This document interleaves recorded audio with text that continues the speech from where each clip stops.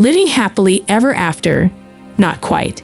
Just signed a lease on a 3-unit monstrosity, overlooking the city. Also my parents, sister's brood, and us could become a glorious codependent family unit. Honey, I depend. Since when do we play House of Horrors? Apparently, ever since spend money on the family morphed into bankroll a condo big enough for a reality show. Divorce? Oh, that was his hilarious threat. Let's just say, his face contorted into a shade of regret usually reserved for bad sushi. Meet Maggie, a soon-to-be 35-year-old with a story to tell. My husband, Scott, and I are the same vintage. Met way back on the courts at our university tennis club. We weren't exactly soulmates at first, more like friendly rivals. But over time, that competitive spirit morphed into something deeper.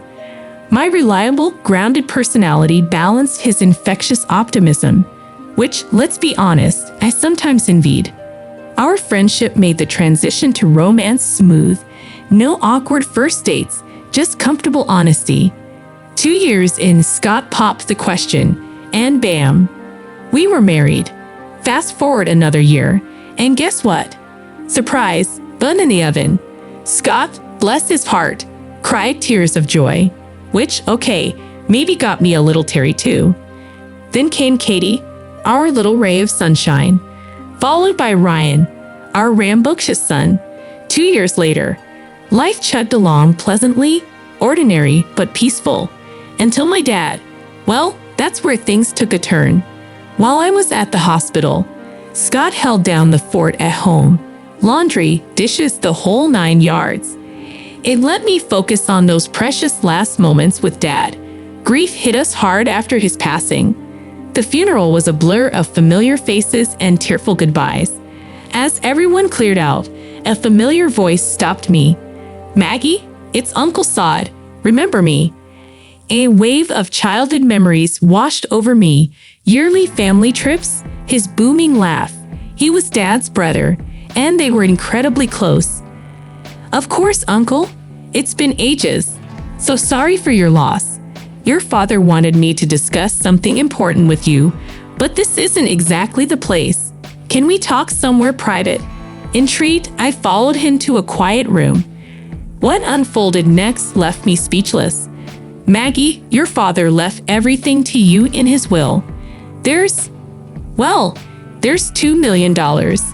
My uncle, it turned out, was the executor. $2 million. I couldn't help but blurt it out. Shut, let's keep this under wraps for now. Money can be a tricky thing, you know. Makes people see red even when they're usually blue in the face. Wait, but how? Confusion clouded my mind. Turns out, your father was a bit of a financial whiz. Real estate, mutual funds, he had it all figured out. All that studying sure paid off, right? It was true. Dad was always pushing me to invest. Who knew my little nest egg had ballooned so much? He always talked about the importance of investing, but I never imagined. This is a lot to take in. Exactly. Remember, this kind of windfall can change people. Keep it close to the vest, Maggie.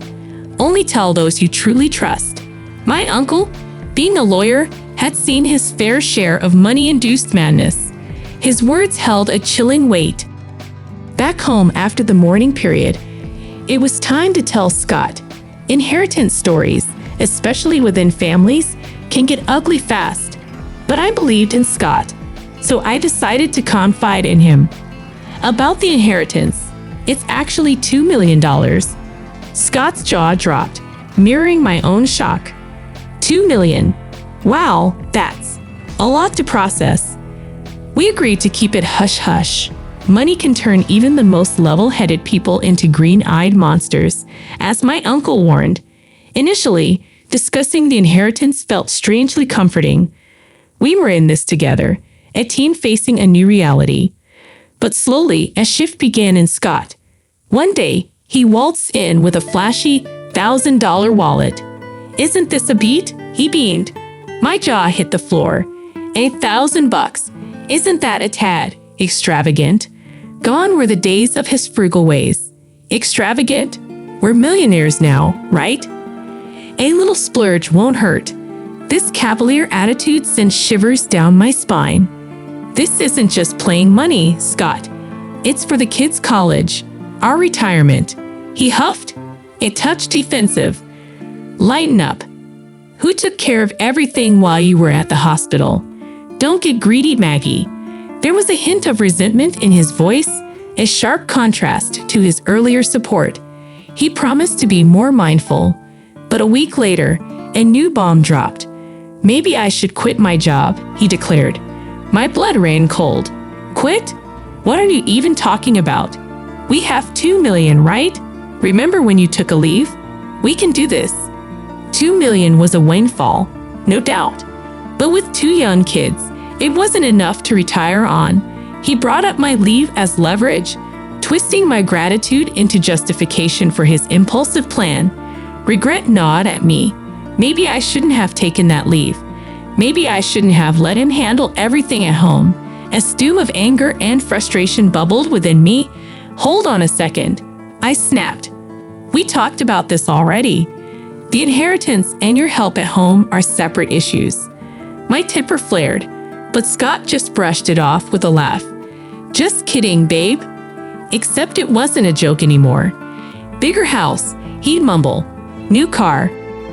Even Katie, our 10-year-old, got bombarded with talk of middle school entrance exams. A total head-scratcher for her. This can't go on, I thought, stewing over a serious talk. But before I could address it, Scott did something jaw-dropping. While I was at work, he took the kids on a shopping extravaganza. Thousands of dollars later, they returned with mountains of toys, including a gaming console for himself. Mommy, look, squealed Ryan, holding up a new toy. Daddy said we could get anything.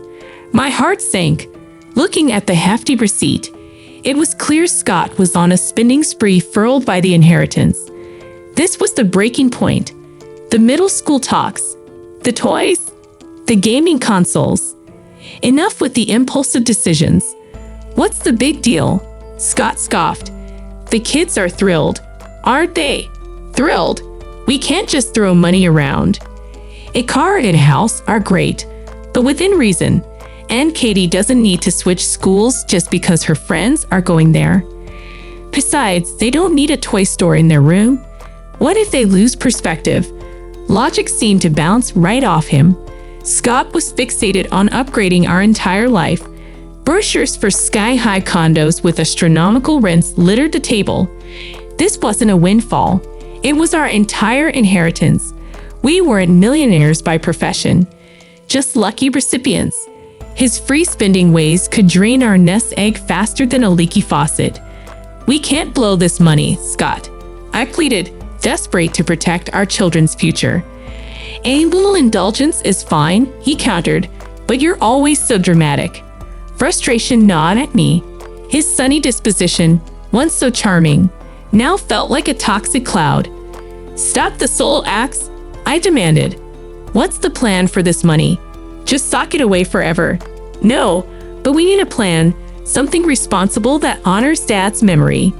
We can use it for the family, but listen, big purchases require discussion. Scott sulked, but the questions kept coming. He peppered the kids with want anything, like a broken record.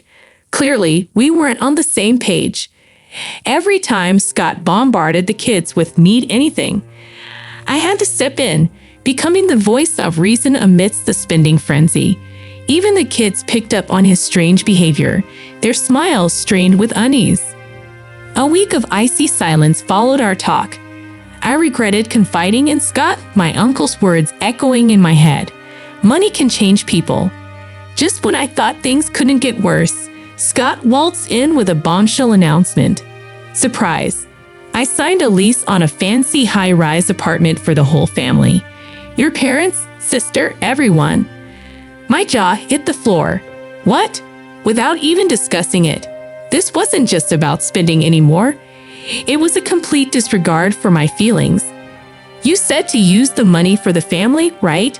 This is it, he declared, puffing out his chest. Oh, and by the way, if you disagree, We can get a divorce." His face contorted into a mask of entitlement I'd never seen before. 3 families under one roof? A unilateral decision followed by a divorce threat. Legally, the inheritance was mine, but I never intended to keep it all to myself. That's why I included him in the conversation. Apparently, consultation didn't mean shared decision-making in Scott's mind. Violating my trust, he'd spilled the beans about the inheritance to his family. Panic surged through me as I raced to the hiding spot for the bank book, empty. A cold dread settled in my stomach. Scott, smirking across the room, held the missing book. The kind, supportive man I married seemed to have vanished. Why take it without asking? I demanded, my voice trembling. "Come on, Maggie," he scoffed. "We're family. What's yours is mine." His words were a slap in the face. That's not true, Scott. The love I once felt for him evaporated. I never planned to keep it all for myself. That's why I wanted to discuss it. Why do you always go rogue? It's legally mine, remember? We agreed to talk about how to use it. You clearly see it as yours alone, and that's why you think I'm trying to hoard it. The fight escalated into a shouting match. "Fine," he roared. "Divorce it is." But his bluster seemed laced with a hint of uncertainty. "Think you can handle that fancy condo all by yourself?"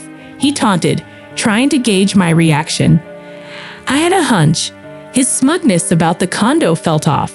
"Sure you're not bluffing, Scott?" I challenged. "Bluffing? Me? Don't be ridiculous. Condo, family, the whole package. No regrets here," he scoffed, puffing out his chest. "Suit yourself," I replied evenly. His bravado crumbled. He stormed off, furiously throwing things into a suitcase.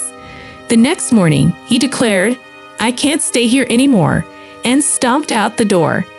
Alone but resolute, I headed to the bank. My heart pounded as I explained the situation, the inheritance, the argument, the missing bank book. Thankfully, the money was untouched. Scott's elaborate lie about buying the condo had unraveled. They couldn't withdraw millions from my account without my authorization. With a new bank book and a heavy heart, I called my uncle, the lawyer. Divorce proceedings began. Later, I contacted Scott, a calm facade masking my anger. "Let's talk about dividing assets and child support," I started. "Divorce? All right, sure. I have the bank book anyway. As long as the condo deal goes through, everything's fine," he chuckled, completely oblivious. We played along, the conversation flowing smoothly. He signed the papers, blissfully unaware he was signing away his claim to the inheritance. The divorce was finalized a month later. Then the calls started. Panicked pleas for help. The condo. They won't let me use the inheritance money. The bank book is invalid. Well, I thought, a flicker of satisfaction sparking within me. The bank book is gone. I reported it missing and had the account frozen. You can't just use someone's money without permission, can you? You did what? I'm in big trouble. The bank is suspicious. His voice cracked with desperation. That's exactly why I did it, Scott. I replied coolly. For people like you. The dominoes began to fall. My parents, believing a high-rise condo awaited, had sold their house and were now crammed into my sister's tiny apartment. Telling them the dream was over felt impossible. Scott, this is insane. I fumed. You used my money to manipulate everyone. And my parents sold their house based on your lies. A bitter laugh escaped my lips. This is unbelievable. Panic laced his voice. Okay. I messed up. Let's fix this. I'll even call off the divorce. The papers are filed, Scott. We're done. But the kids, they miss you. He tried a new tactic. Actually, they're scared of your recent behavior. I countered. And a father who only wants custody when he thinks there's money involved. No thanks. This is a disaster. I could get in legal trouble. Help me. Desperation crackled through the phone.